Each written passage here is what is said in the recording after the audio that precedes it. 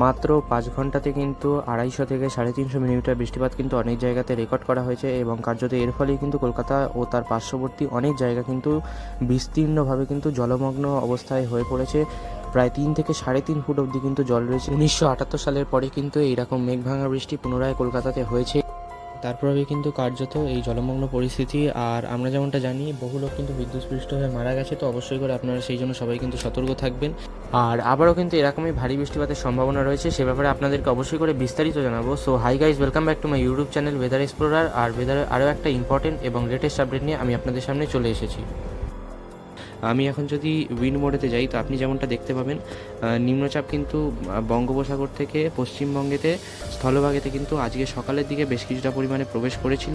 এবং যদি এই সময়ের যদি আমি কথা বলি তো নিম্নচাপ কিন্তু কোলাঘাট এবং হলদিয়ার মধ্যবর্তী স্থানেতে কিন্তু নিম্নচাপ কেন্দ্র রয়েছে। তো এই নিম্নচাপটার আছড়ে পড়ার কথা ছিল ওড়িশা এবং অন্ধ্রপ্রদেশের মধ্যবর্তী অঞ্চলে, কিন্তু নিম্নচাপটা তৈরি হওয়ার পর্যায়েতে কিন্তু বাংলার উপকূলেতে প্রবেশ করে আবারও কিন্তু বঙ্গোপসাগরেতে যাবে। তারপরে গিয়ে কিন্তু সেটা শক্তি সঞ্চয় করে ধীরে ধীরে কিন্তু অন্ধ্রপ্রদেশ এবং ওড়িশা উপকূলের দিকে কিন্তু এগিয়ে যাবে। তো এই নিম্নচাপটা বৃহস্পতিবার অর্থাৎ 25 তারিখ নাগাদ কিন্তু গভীর নিম্নচাপেতে পরিণত হতে পারে। আর এই নিম্নচাপটার প্রভাবেতেই কিন্তু আজকে এতটা পরিমাণে বৃষ্টিপাত হয়েছে আজকে এবং গতকাল যে মাঝরাতেতে।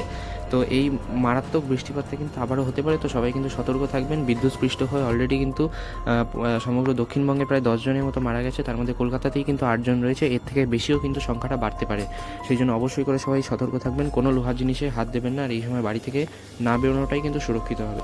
দেখুন, পুজোর সময় যদি কথা বলি তো পঞ্চমীর আগে পর্যন্ত কিন্তু এরকম বিক্ষিপ্ত হয় বজ্রবিদ্যুৎ সহ কিন্তু মাঝারি থেকে ভারী বৃষ্টিপাত কিন্তু চলতে থাকবে, বিশেষ করে কলকাতা, দক্ষিণ চব্বিশ পরগনা, উত্তর চব্বিশ পরগনা, হাওড়া, হুগলি, পূর্ব ও পশ্চিম মেদিনীপুর জেলাগুলোতে। এবং এর প্রভাবে কিন্তু চরম দুর্যোগের সম্ভাবনা হতে পারে। শনিবার থেকে কার্যত কিন্তু বৃষ্টি কিছুটা কমবে বলে আশঙ্কা করা হচ্ছে। তবে হ্যাঁ, বৃষ্টি কমবে, রোদ ঝলমলে আকাশ থাকতে পারে, তবে বিক্ষিপ্তভাবে কিন্তু বজ্রবিদ্যুৎ সহ বৃষ্টিপাত চলতে থাকবে।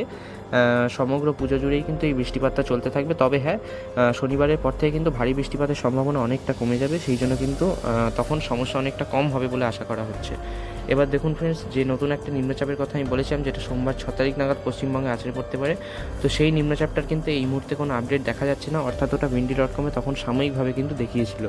তো দেখুন ফ্রেন্ডস, এরকমভাবে জলমগ্ন পরিস্থিতি কিন্তু এখন আগামী আরও প্রায় 5 থেকে 6 ঘন্টা অবধি বজায় থাকবে বলে আশঙ্কা করা হচ্ছে। তো আপনারা সব অবশ্যই করে আমার চ্যানেলটিকে সাবস্ক্রাইব করে এই ইম্পর্টেন্ট খবরগুলো জানার জন্য কিন্তু থাকুন, কারণ সাইক্লোন সিজন কিন্তু এগিয়ে আসছে। সো আজকের জন্য এটুকুই, দেখা হচ্ছে নেক্সট ভিডিওতে। Good bye.